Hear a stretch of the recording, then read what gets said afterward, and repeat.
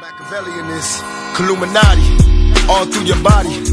The blows like a 12-gauge shot. Feel me? And God said He should send His one begotten Son to lead the wild into the ways of the man. Follow me.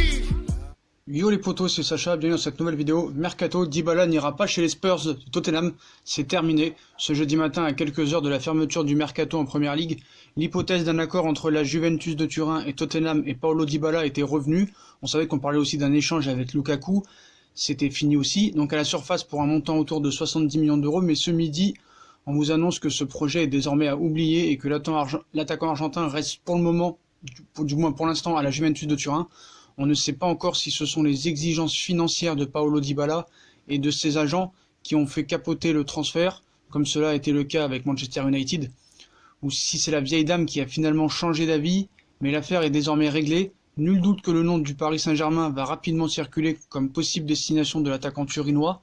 On parlait aussi de l'Inter Milan, donc Lo Celso va être de Tottenham, il passe la visite médicale, mais pour revenir à Dybala, juste 5 secondes, Dybala, c'est vraiment un coup de théâtre parce que là, ça fait 2 clubs qui refusent. Alors, est-ce que c'est vraiment pour les exigences financières ou est-ce que c'est vraiment parce qu'il veut aller au Paris Saint-Germain ou parce qu'il veut absolument rester à la Juventus de Turin?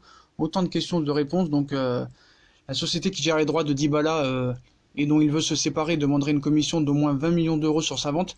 Une somme qui aurait fait capoter aussi son transfert à Manchester United. Est-ce que c'est pareil pour Tottenham? Donc, sous contrat jusqu'en 2021, le buteur devait être intégré à un échange avec Romelu Lukaku, mais l'arrivée du Belge au Milan pour signer à l'Inter a définitivement douché les espoirs de la Juve. Donc si les deux clubs avaient trouvé un accord autour de 70 millions d'euros, un problème serait venu se glisser encore dans les discussions. Les droits à l'image aussi, on parle du joueur de 25 ans, donc la Juventus aurait décidé de ne pas vendre l'attaquant argentin aux Spurs après les négociations.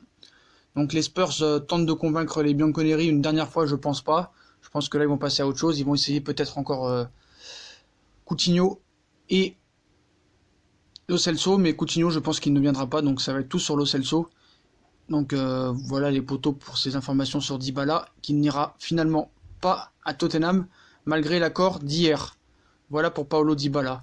On va passer à Lo Celso. Lo Celso est en train de passer sa visite médicale à Tottenham, donc il se rapproche de plus en plus de Tottenham. Les Spurs sont tombés d'accord avec le Betis sur les conditions d'un transfert.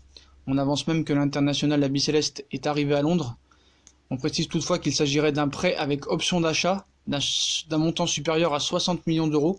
Donc pour rappel, le milieu argentin dispose d'une clause libératoire fixée à 100 millions d'euros dans son contrat, et le Paris Saint-Germain, son ancien club, possède un intéressement à la revente à hauteur de 20%, ce qui ferait à peu près pour le Paris Saint-Germain environ 7 millions d'euros pour l'ancien parisien et l'international argentin. Donc ce serait quand même pas mal pour Paris, de nouvelles liquidités. Donc voilà, Lo Celso, finalement pour un prêt avec option d'achat de 60 millions d'euros, il est en train de passer sa visite médicale en ce moment et on reviendra vers vous quand ce sera officiel. On va passer au cas, après Lo Celso, de Romelu Lukaku. Donc pour Romelu Lukaku, il ne manque plus que la visite médicale et l'officialisation. Romelu Lukaku est arrivé à Milan mercredi soir pour finaliser son transfert à l'Inter de Milan. Manchester United touchera le jackpot, à savoir 78 millions d'euros inclus. Donc il a eu un accueil chaleureux, le Belge lui s'est envolé mercredi soir pour Milan aux côtés de son agent Federico Pastorello. Il a été accueilli à l'aéroport de Malpensa par une foule de journalistes et des centaines de supporters. Un accueil chaleureux pour celui qui doit désormais passer sa visite médicale et paraffer son bail avec les pensionnaires de San Siro. Une arrivée qui implique des changements dans les deux clubs. Donc voilà les potos, vous savez tout pour ce matin. Donc likez, partagez, commentez, voilà pour ces infos mercato. Je vous souhaite une bonne vidéo à tous et à plus tard pour de nouvelles vidéos mercato. Ciao les potos.